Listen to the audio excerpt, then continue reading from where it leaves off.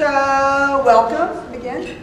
I'm Debbie Rice. This is my colleague Lisa Morgan, and we both serve the philanthropic and charitable clients at Wells Fargo Bank. And we're going to be presenting Getting More Than Money. I hope you can see if I'm in your way. Sorry, let me move. This is a result of a study that Wells Fargo and BoardSource conducted. Does everybody know who BoardSource is? They are the source. If you're on a board as a volunteer, or you manage a board of volunteers, you should be looking at their resources. So we partnered together to look at board involvement, board engagement, why people are doing it, what they're getting out of it, and it was a very informing study. It's qualitative research. We learned that, I want to say that there were, I think, 2,500 BoardSource subscribers that were part of this study. That's who they were reaching out to. While diversity is really important, it's very difficult to achieve. And I know in our AFP chapter, we have a diversity chair. We are constantly looking at ways to be serving our diverse fundraising community. Organizations are restricted by the nature of what they do and their cause. Like a religious organization for women is going to naturally attract women, right, and of that religion. So those are the kind of things that you have to, factor in. Sometimes the organization's mission will resonate with a specific demographic more so than another, and it doesn't lend itself that other demographics would be interested because of whatever it is they do. So there's some attention about the whole diversity issues within the fundraising and board governance side of things. So that's being taken into consideration. So we'll be addressing that a little bit better on the way in. So let's talk about setting the stage. So you actually just covered most of my slides. I'm sorry. So the study with BoardSource was really to conduct a review of the board members' overall board experience and to identify ways that their effectiveness could be improved. That's all I have. Okay. Okay. Pretty transitions, but you don't care. So this was the research approach. The who, what, and the when. An independent search firm, not BoardSource or Wells Fargo, did the research for us, and there was two different phases. First was the quantitative phase, which was an online survey of the BoardSource members that I told you about. And the participants in the research needed to serve on a nonprofit board to be considered as a valuable person as part of it. The survey was about 15 minutes long. It wasn't too heinous.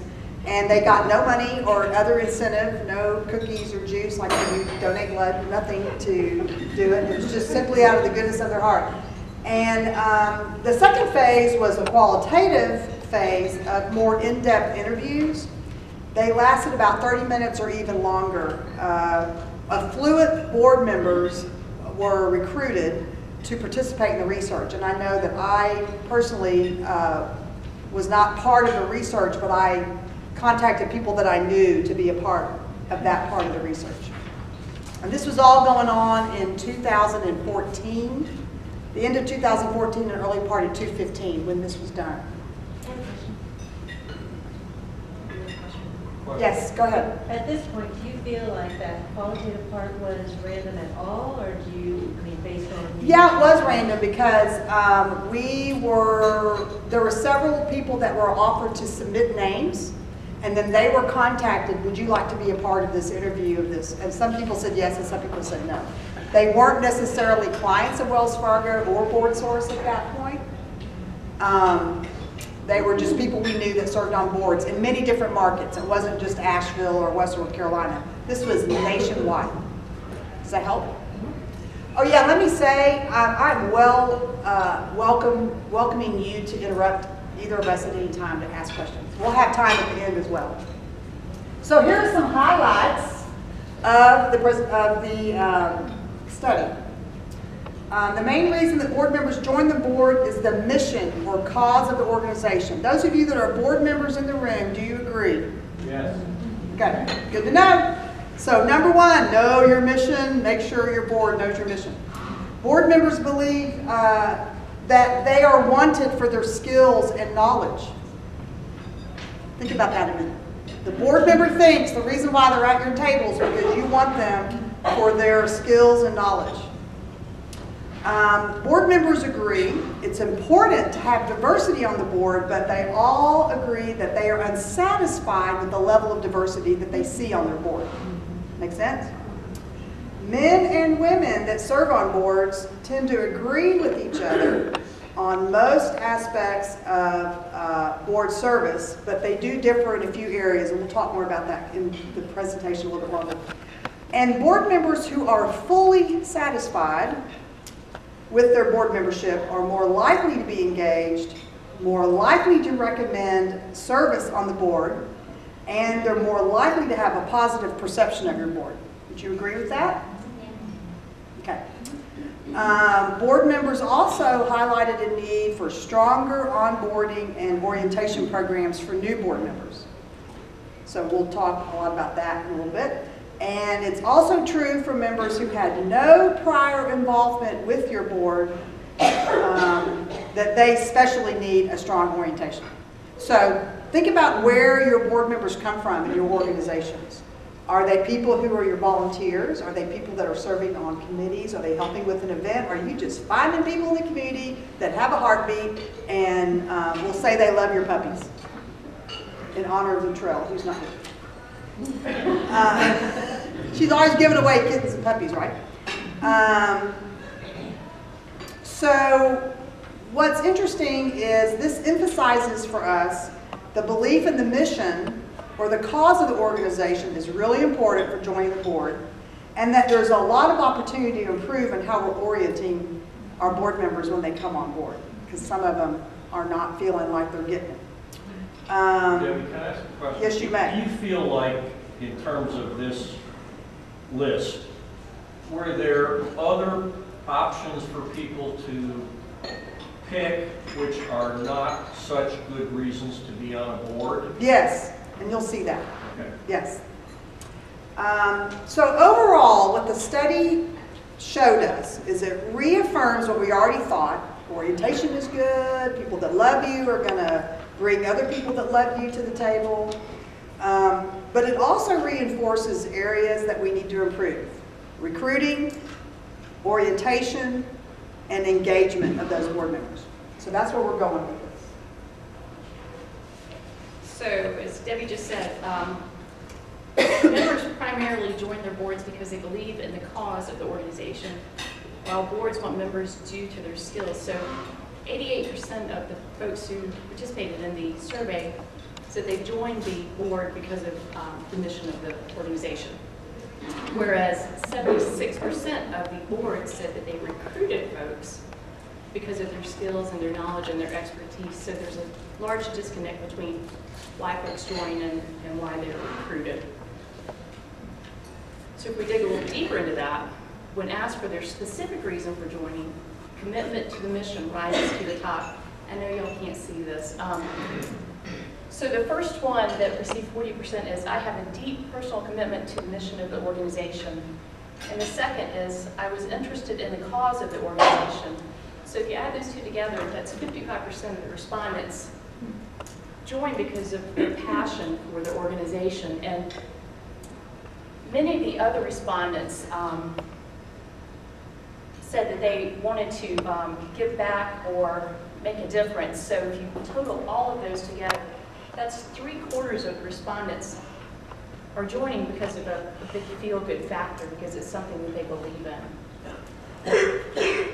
The question was, of this particular section, what reasons best describes the main reason you're on this board? So they had options to choose from.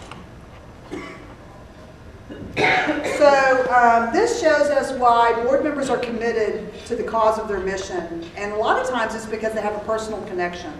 My favorite one is this one down here in the bottom left-hand corner.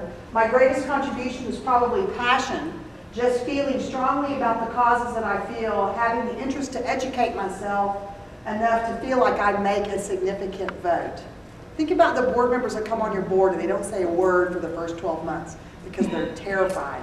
They might really be passionate, they don't get it. So there's a lot of sentiment behind why people are part of the board. I know when I first moved to North Carolina, the board that I ended up being a large part of was related to something that was really important to my family. And so nobody else probably felt that way because of my personal experiences or only mine. So commitment is mentioned because board members have a strong personal connection. Usually it's a relative has a connection to what that cause of that organization is. They identify with the mission for whatever reason, or they have a passion for the subject matter that the organization deals with. And a lot of times that board member sees their connection to the organization as their greatest contribution, which I think is interesting. They'll do whatever it takes to help the organization succeed. So remember that. If they're passionate about what you're doing and they're sentimentally, emotionally involved, there's a strong connection and it opens the door for you to get greater engagement out of them. So I'm going to ask you a question. Is it better to have a board member who is passionate about your organization or to possess a particular skill set? Passion? Anybody else think differently? Gotta have a mix. Yeah, I would agree with that. I think there's a little of both. And when you're putting your board together, you want to balance that. You may have 3 or 4 people that are just all about that passion, but you need the other part of that balance of other people that are all about that skill. So you know how to make that work, right? So when we go back to talk about diversity, board members believe that diversity is important, though achieving it is more challenging. So one of the biggest disconnects in the survey was that 63% of the folks felt that it's really, really important to have a diverse board, yet only 17% felt that their board was actually diverse. And so that kind of brings to the question, why? And I think Debbie has that answer. Do I? So even, yes sir? So how do you define a diverse board? Okay, that's a great question. So I think diversity is different for everybody depending on what you do and what your organization is. So I know a couple of years ago, Alex and Amanda and I had a discussion with our liaison from AFP. What is making an AFP chapter diverse? And his answer was, well, it depends. So I'm going to say the same thing for you. I think it depends on what your organization does and who you serve. So does that mean diversity is a makeup of board members from different cultures? Is it of different religions? Is it of different, I think it just depends what you do. And I think diversity has got to be defined by each of you differently based on what it is you do. That is probably not the answer you wanted, but that's what you're getting. Does that make sense? Does anybody have any comment about that? I'd say that the board needs to define who it is they want to become when they grow up, so to speak. Yep. And then tie their strategic planning initiative to the recruitment of the board members that are going to be the knowledge and skill sets to get them down the road to run that race. That's right. Good point. Well, also, if your board is telling you that they're not happy with the level of diversity, you should ask them how would, what kind of diversity would you prefer, or what do you see making this a stronger board? Excellent. That's a good point. So get your board engaged in helping you solve that problem if it is perceived that you even have that problem. So we also learned from the research that while diversity is important, it's difficult to achieve. Again, they're restricted by the nature of the organization. Religious organization for women is going to attract women more so than men. I mean, those types of things are going to be keyed in. There's also some tension about diversity. And I don't know if that's a cultural thing in our society that kind of makes that more of a rub than we want to think that it is. Boards don't want to say we need so-and-so on our board to meet that diversity nugget, but they don't want to be that the only way they approach the composition of board. So you need to factor it in the grand scheme of things, but it shouldn't be your only factor. Did you have something, Sue? Yeah, I think the last thing you just said about factoring in things, I think it's important to recognize your service area's demographics. So True. that you're not trying to achieve something that your community that you live in isn't or hasn't achieved. That's right. I So- have something. Yeah. This is a really big topic of discussion right now within environmental organizations because they're historically very white and upper middle class. And the constituents of environmental conservation organizations are white and upper middle class because it just perpetuates itself. So by looking at our constituents, it's not enough to say that's okay, we're representing our constituency, because there's a whole lot of populations that are left out of the work, even though the work could be important to them. So without going into a huge discussion about it, I think diversity across organizations is very important, and we have to definitely factor in race and look at who's in the room and who's not in the room, and really question it and have those uncomfortable discussions. You're exactly right. So one of the areas that Wells Fargo was particularly interested in is the diversity between men and women on a board. And so this slide speaks to that. And if you looked at all the questions by gender, men and women were actually more similar in their responses than differently, which was kind of surprising. There's 3 areas on this slide that show where they're different. I feel a sense of responsibility to the board was stronger felt by women than men. Also, it's very important to have a diverse board, was a stronger pull for women than for men. And then I'm a champion for this organization in this community. It's also a stronger pull for women than men. So women place a greater emphasis on their responsibility to the board, the diversity of the board, and they are more likely to be a champion of your board. So it makes a case for diversity, at least in the male-female range of what your board makeup looks like. So why do you think you need women on your board? It's interesting because some of the other things that came out of the study is women's reasons for being on the board encompass things like seeking professional development. Who knew? They're also interested in the social and networking part of the board, and they're more likely to express a sense of responsibility and be a champion for you. So women were a little bit different than men in their responses in that area. So I thought that was pretty interesting. So this has to do with if folks have had a prior involvement with the organization, and board members with no prior involvement with the organization may need additional communications and setting of expectations. So they touched on 3 aspects of board service, and one is the organization's mission, the second is financial commitment, and the third is board duties and responsibilities. And they found that, not surprisingly, people who had prior involvement with the organization had a deeper understanding of what was expected of them. And we found that there are some key areas around communicating expectations that will be more important to those who have not had prior involvement. So kind of similar to the work environment, few of us would be effective in our jobs if we weren't aware of our roles and responsibilities. The same applies to a board. And then members believe there's room to improve orientation programs. I thought this was really interesting. Only a third of those who participated felt that their board had a strong orientation process program. So that means 64% either disagreed or were neutral, which means there's a large room for improvement there.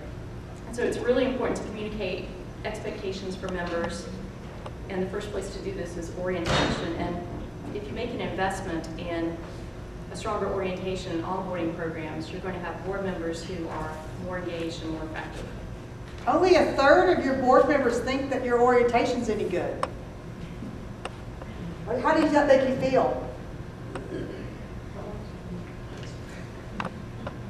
You're not listening. Could be. So when asked for their advice, board members emphasized the importance of strong onboarding and orientation. So here we're showing you the results of the interviews. When we asked women their advice about, and other board members, their pull to how orientation and onboarding is working for them.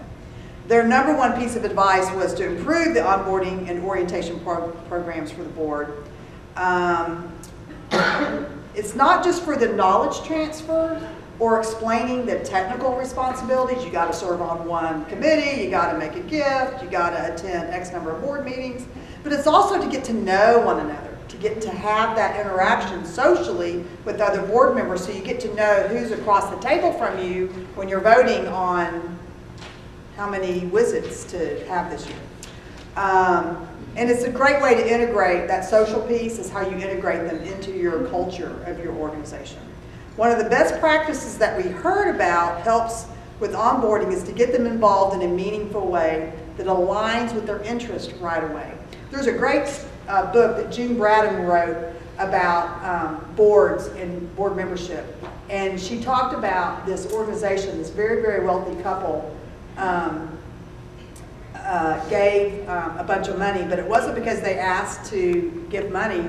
Their favorite thing about the organization, it happened to be a Humane Society animal thing, they love to clean the cages out. Ooh, ick, who wants to do that? But some people do, and that was the way they wanted to be engaged. Don't ask me to come to your gala. Yeah, you can ask me for money, but what I want to do, my engagement for you, is to clean the kennel.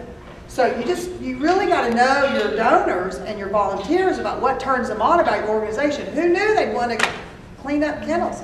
So, yes, ma'am. So I want to get back to the communication part, which Alex sort of referenced by saying they're not listening.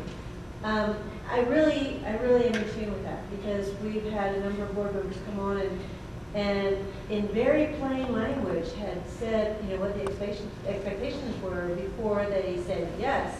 But then a year later, oh, I didn't know that, or I didn't know I was supposed to do that. And so I really... There's that. I mean, I don't know. Maybe there just needs to be like a little conversation at the table about board communications. And I think you need to affect your board communication a lot of different ways. So instead of it being a staff to board, you need to maybe have other key board members that are kind of hitting them from the sides too. And then board members setting a good example and sharing those stories in board meetings is another way to kind of fuel the fire there. Yes, Kurt? Two things. I would urge you to consider doing a self-evaluation or questionnaire, each of the board members, two-part. They critique themselves as a board member. They submit part of that back to the board. They keep part of it themselves. It's the things they're going to work on themselves. And then the board has another self-analysis on the committees. Each of the committees and then the board itself does an analysis. So there's an annual review process for both the member, the committee they serve on, and the foundation board. The second thing is exit interviews. They are remarkably insightful, and you have a chance like none other. They've already been through it. Yeah, they always say, I wish it was better orientation 6 years ago when I first started my term. So you can always improve on that. And you know, with some people, a lot of it has to do with how they learn. So I'm a do person. I need to do it before it cements itself in my head how it works. And so for your board members, especially if they've had no prior involvement with your organization, they need to do it. And maybe they need to do a board meeting or other functions within your organization before they get it. So we'll talk a little bit about some other ways to get them engaged and involved in that way. So I'm going to ask you a question. What % of your board do you think is highly satisfied?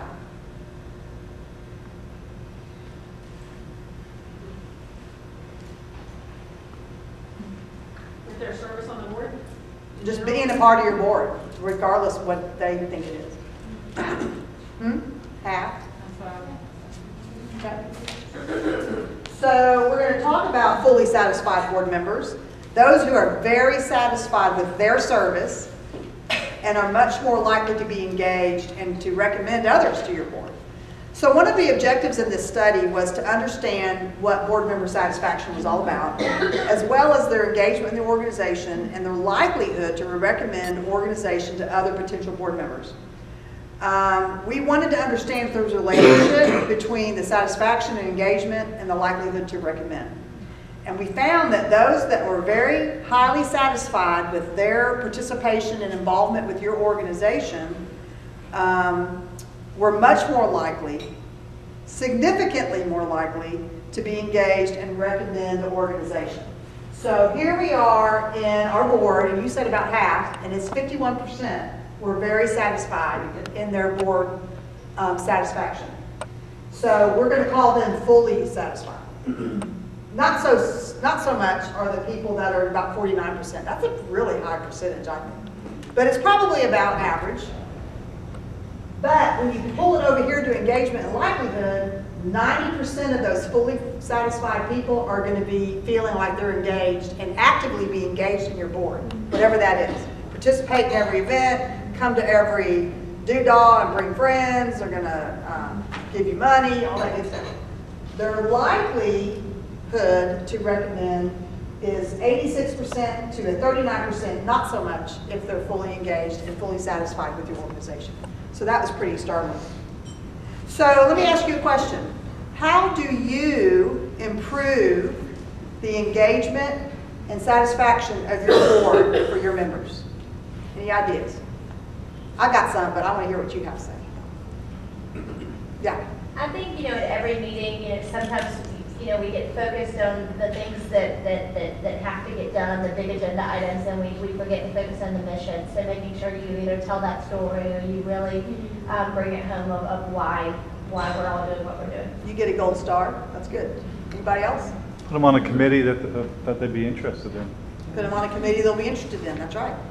Yeah. I think sometimes we forget that they're donors and we need to cultivate and steward. Absolutely. Cultivate and steward. That's good. Yes, ma'am. I think we need to treat them as individuals and see where their interests, their comfort levels, their talents lie, and then use those talents appropriately so that they can be satisfied.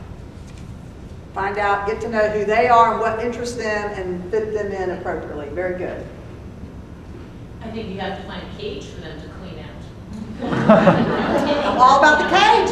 You gotta know your donors, so That's right. seriously, find a cage that. I also think you have to give them a narrative. Sometimes, because they may see everything, but they'll have a hard time putting into words why they think you're so great. And so helping them find those words and giving them the words to use with others is making their job half as hard. Benchmarking and celebrating the victories, because I think a lot of times, year to year, boards are constantly called on to, what have you done for me lately? Let's put another action in front of you. Okay, we've done that. Let's go to the next thing. And so we don't thank them. We don't allow them to take a bow in front of themselves and say, great job, guys, look what you did the past year. Let's celebrate it. And instead, we push it to the next thing. We're like, that's out of sight, out of mind. And that's why they're engaged 90%, but they don't feel, because there's something else on the table. They don't feel like they've yet accomplished it as a board. All the time. It's always there. Do you think sometimes board members aren't as engaged because they are obligated to sit on a board because of where they work? I don't know. I tend to think not. I think there's just some people that's in their personalities or their natural character to be engaged or not to be engaged. I don't know how I feel about people that have to be there because their company said you have to serve on 2 boards. I just wondered if that would enter into the satisfaction. No, it hasn't really, but that would be interesting to kind of query in a self-evaluation, yes. What about the influence of how often you meet, whether it's quarterly, I monthly? think that's something you have to consider because, you know, it's certainly easier to serve on a board that meets every other month or quarterly, just as a time perspective, if your board is working. If you have a large percentage of your board that's retirees, they're all about 10 o'clock in the morning, bring coffee and donuts, you know, and the working people would just soon that not be the time of day. It needs to be first thing, lunchtime, am I right? Or at the end of the day, when things are going to fit for them. Kelly? I think part of it too gets back to their insecurity. And when folks feel insecure in their knowledge of the organization, they're not going to be as engaged because they just don't feel comfortable with it. And I think that points back to the orientation and onboarding process and that ongoing process to make sure that they're well communicated with, especially about things like financials that they may not understand if they're not from a financial background. That clear communication and ongoing communication so that they feel less. But you said something else about comfort, and so that comfort comes from fitting in the culture of the organization. And I'm on a few different boards, and they all have very different feels to them based on who's on it, what the purpose of the organization is, and how the meetings are conducted. Are they very formal? Are they very informal? And that has a lot to do with whether or not someone feels like they fit in the culture or not, and not just your mission, but that culture piece is very, very big.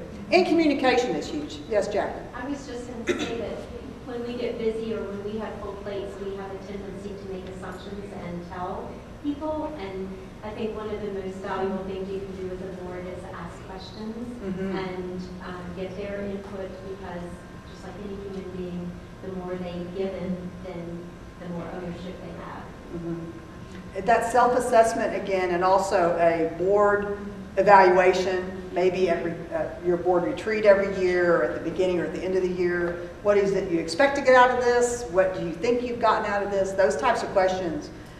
Sometimes you have to know your board. Or they do it in a comprehensive written way. Is it better to have one-on-one discussions? For some people that's really uncomfortable. So yeah, you do have to ask that question. But I'm thinking even more so that the annual evaluations are really valuable, but throughout the year. Absolutely. Discussions, if you, I mean, some board meetings you go, I heard one time, you always want to leave a meeting feeling like you learned something and you contributed something. And if you don't, then you could have sent stuff via email. Someone over here, yes. I'll just mention a couple things. I don't know that I've heard anybody say that it's very useful to have a relatively informal contract for a board member as they come in, including what they are to provide the agency and what the agency is to provide them. Just on one page, and then it's signed.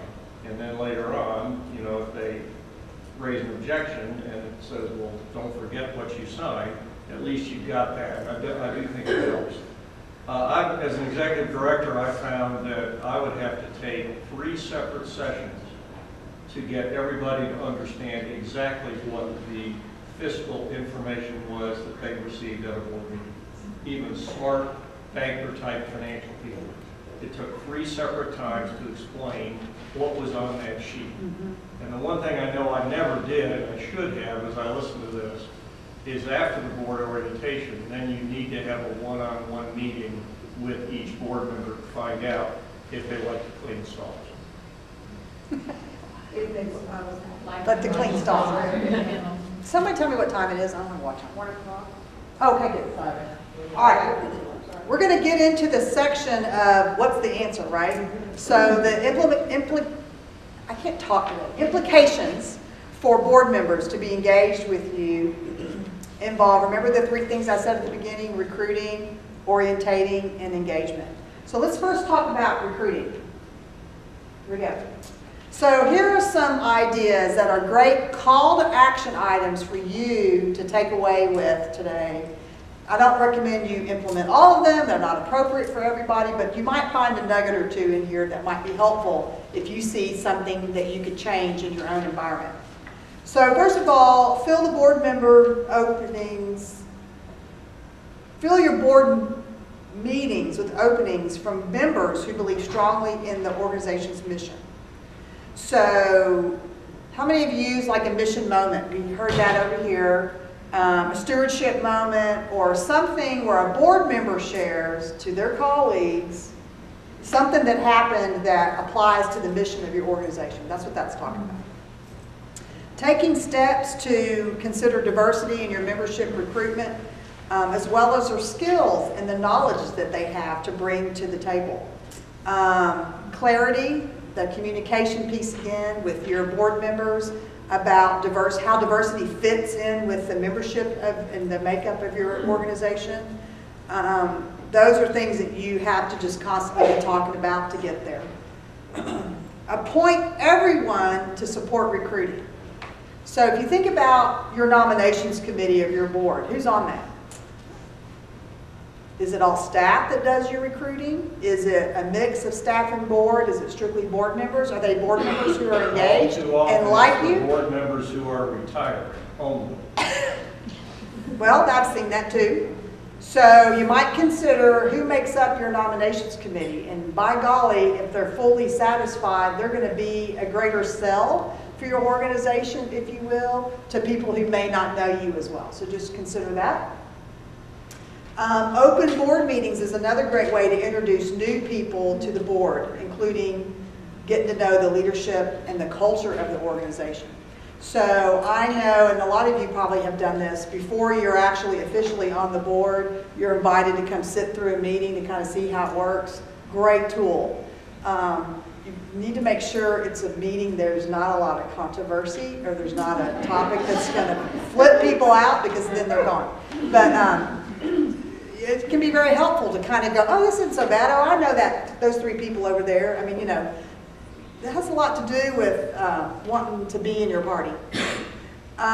Clarity on expectations, again, we talked about that. It's helping those candidates understand what their role is going to be. Providing expectations in writing, whether it's contractual or not. And a board member agreement can be used. Not all the time is it used, but it is highly touted. That makes it real for them.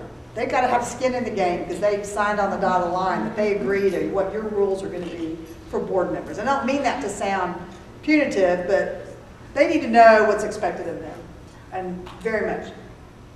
Informal opportunities for the candidates to get to know their current board members before they agreed to join and before they're actively a part of the board.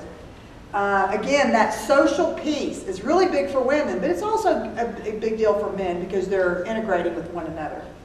So I'll give you an example. I was on a board, I served a board where this guy, who was a great donor for many years, wanted to be part of this board and let it be known, and he was cultivated by a couple of board members and staff to be a part of this board.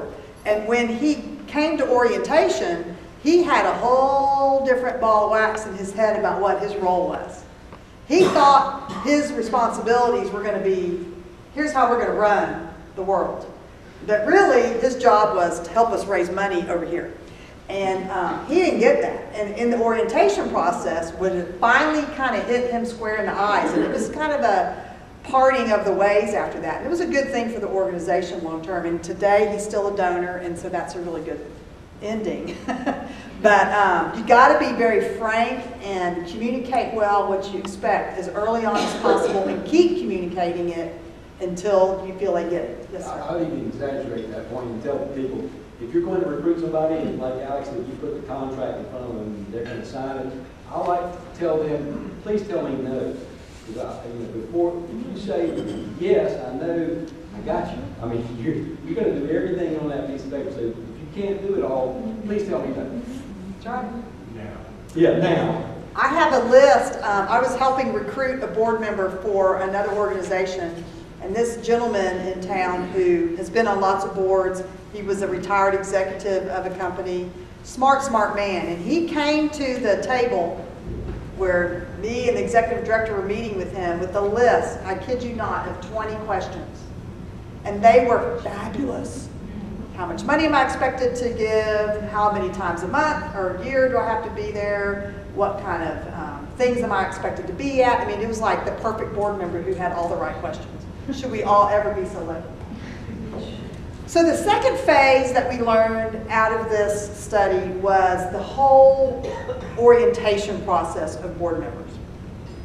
So to evaluate a board's orientation program and consider integrating it into best practices to improve your orientation, particularly for those who have not had prior involvement with your organization before. I'm not assuming that you're getting a warm body off the street, but you may have people that have not cleaned the kennels for you, and that's okay, because they believe in your mission or there's something about you that they want to be involved in. Maybe they're new to the area, maybe they're trying to get involved, they've just retired, whatever their story is. There's not to say you can't bring those people in, but you do have to change that level of orientation perhaps for them. Orientation is the ideal time to fill in the blanks that those new board members have. Mission, programs, strategic plan. Gosh, I hope you have a strategic plan. If we're counting on board members to help us make sound decisions for our organization, they've got to be champions in our community. They have to have this essential piece. They got to know your mission. They got to know your programs, and they got to know what the long-term vision for the organization is. Including current board members as part of your orientation program. How about that? It's a great way to build a sense of shared purpose. Whether it's their friend or not, it's a colleague-to-colleague kind of situation. It's also a great refresher course for your current board members who might be a little foggy about some of this. It's a great way, an opportunity also to assign a buddy or a mentor, board member to board member, to help them get engaged, to ask someone else the question, not the staff person, because they don't want to look stupid to you. But to another board member, especially if someone they know, they might be more likely to go to them with questions. Or ask, what were they talking about in that meeting? I don't know. This is also really good and effective in larger, more complicated organizations. Healthcare, large educational organizations, where your board's very large. Because you can't get to everybody. I mean, we're all human here, right? Job descriptions for both the board members and the committees that they serve on is another way to provide that clarity of expectation. Post-orientation networking, again, that social piece is huge, especially if it's women. But it's good for people to meet staff and to know who staff are and to have a respectful relationship with them, and also to meet other board members, past, present, future, whatever it is. So let me ask you, when do you hold your board orientation? What's that look like? Yes? This afternoon. This afternoon? Excellent. Day Pam. Good luck with that.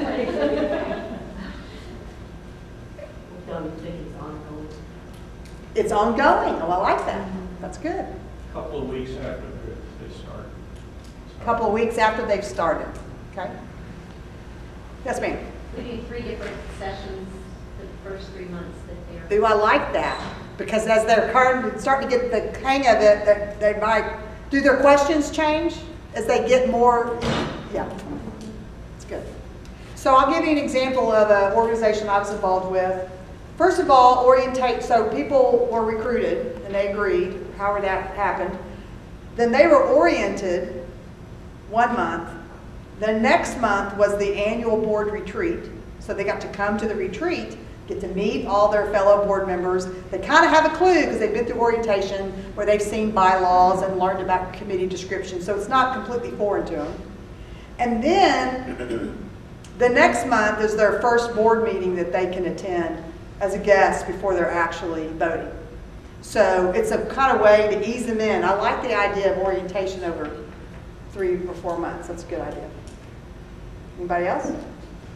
So you invite them to come as a perspective before they're voted on? Well, they're voted on at the board retreat. Oh, they have to leave the room, yeah. Before they come to guest? Yes. That could be kind of curious. Well, yeah, you want to make sure they're They're in. yeah. What- Okay. Debbie, what would you say to a board member who came on board and said that he thought it was his right and important as a board member to meet for an hour with each staff person?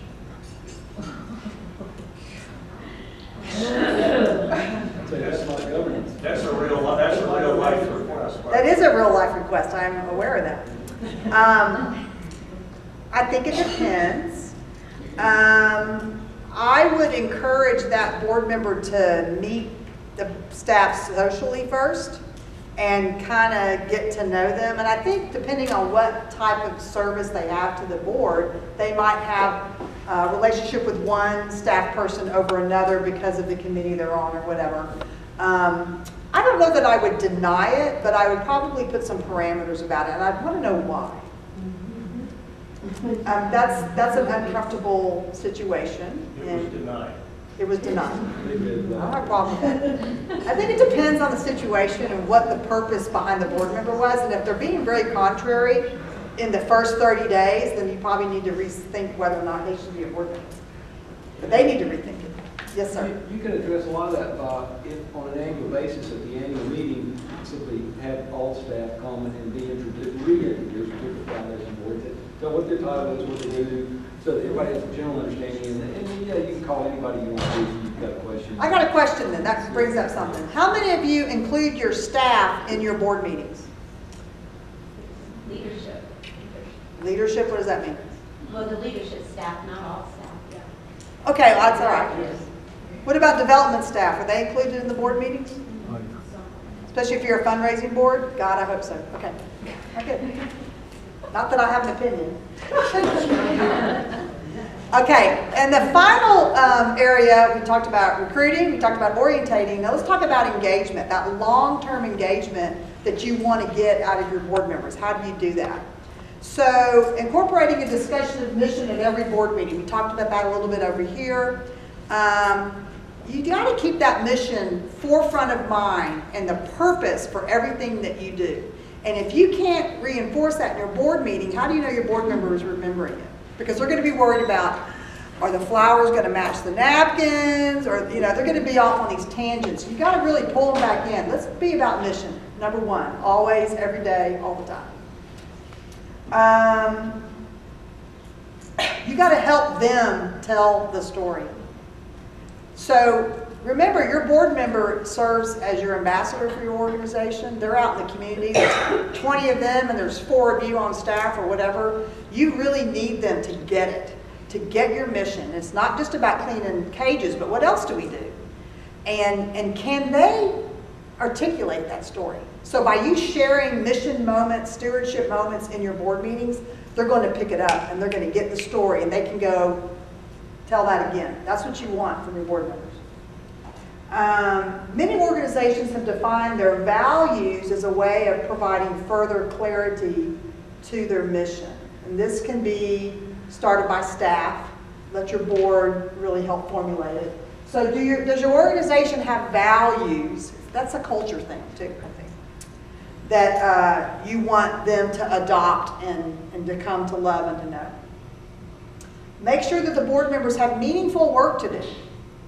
This is essential for them to stay engaged with you. If they just come to a meeting every month and they vote, giddy up, then how meaningful is that? Cleaning cages was meaningful for that one couple. That's not true for everybody, but you got to find out what makes them feel they're giving you meaningful time. Creating leadership tracks for board members. Do you have a succession plan in place?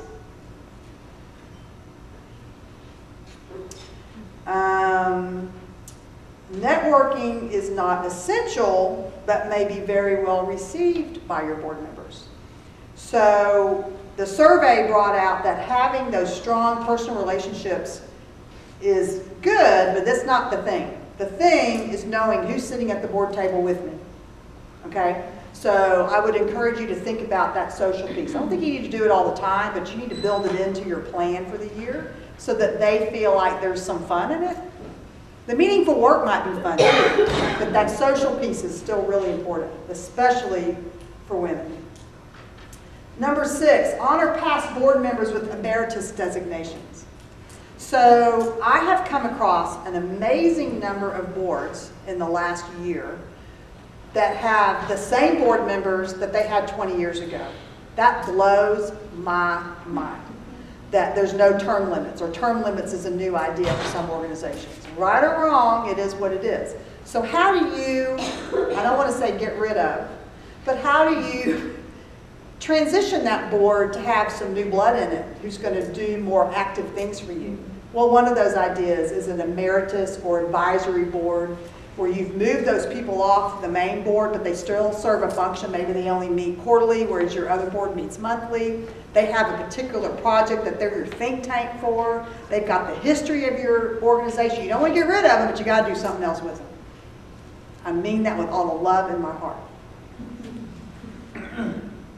How do you find that? Huh? How do you find that it's more true in family foundations that you all work with? Yeah. Than, or smaller foundations than established, where they have terms? It usually is a smaller foundation. Families work differently though. Private foundations, that's a whole, they work with it. Encouraging committees to function as farm teams for future board service. This is a great succession planning tool to utilize. Bringing in people from your community that love you and want to volunteer, put them on a committee, kind of watch how they interact, make sure they're not wacky, see how they love your mission and how engaged they want to be. Then you invite them to your board eventually. Planning opportunities for hands-on volunteering with board members. That would be the Kennel Club. If you allow your board members to directly serve your clients, that's meaningful. Are they serving on your soup kitchen line? Are they cleaning out the cages? Are they giving out the cookies and juice at the Red Cross after they've given blood? Understanding that the board member satisfaction with their service, periodic surveys is a great way to get that feedback. And I like that you do it and kind of check the temperature 2, 3, 4 times during the year. Depends on how your board's organized and how much you meet, whether or not what's appropriate for you. But I think you need to figure out a way to do that. Checking in with those board members is a good way to get them to talk back to you, because sometimes in board meetings they won't.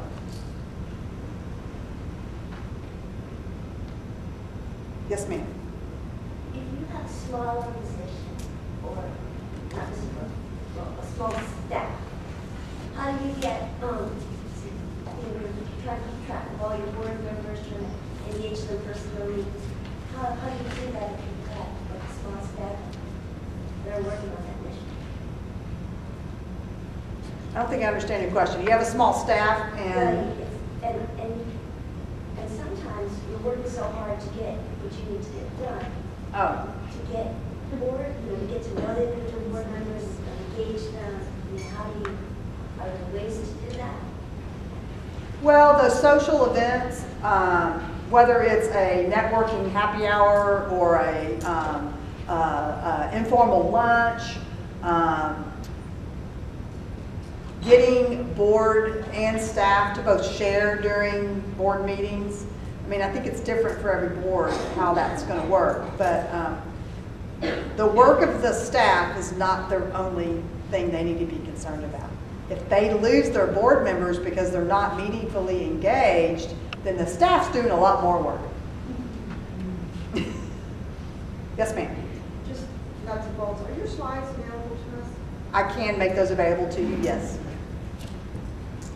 Yes. Oftentimes, if you have a creative awareness event that showcases a component of your organization that your board members may, especially the new ones, may not be aware of, and the old ones might not have seen that in detail, and you've got an expert coming to the presentation, and you're going to have a cocktail party as a part of it. Then there's more than one reason they're coming in. They're not doing board work, right? But they're learning from your organization, and they're enjoying networking and being part of the Yeah, that's a good thing. Does your board members leaving with a nugget of new information about you at every board meeting? I served on a hospital foundation as a board member, and one of my favorite parts of the board meeting was when the CEO of the hospital came in and told what was going on in his world. His desk was in a whole other building, and what he saw was from a whole different perspective, but the hospital was why we were there raising money. I really needed to know what he saw and what was going on in his world, and it really helped me understand things I was hearing on the street and build the story for me between why I was raising money and why it was important. So that was my experience. So that's something to think about. He was there anyway, so might as well give a report, right? And sometimes it was really deep and heated, and sometimes it wasn't, but it was informative, and I appreciated that. What other questions do you have? None. Excellent. I have this in a presentation format, and I also have it in a white paper that's not near as deep as the charts and all that. But I have both that are available to you. I'm happy to share. Sorry to interrupt. We could put it on the AFP website if that's easier for We you. can put it on the website if that's helpful for Yeah. y'all. I'll send it to you. I'll send you both. So that's all we got, and thank you very much for being here and engaging with us in the conversation about how you engage your board members.